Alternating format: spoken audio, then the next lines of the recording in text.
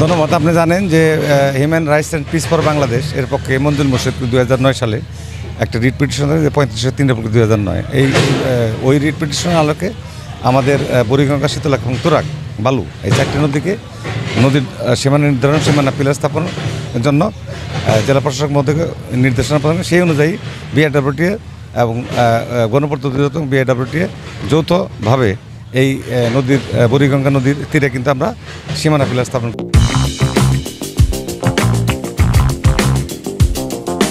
করি।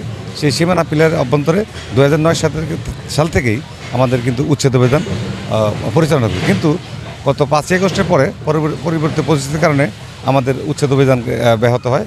তো সেক্ষেত্রে আমরা নতুন করে আমাদের যে উপদেষ্টা মহোদয় এবং কর্তৃপক্ষের চেয়ারম্যান মহোদয় এবং আমাদের পরিচালক মহোদয়ের জোরালো নির্দেশনার প্রেক্ষিতে আমাদের আজকের এই উচ্ছেদ অভিযান চলছে।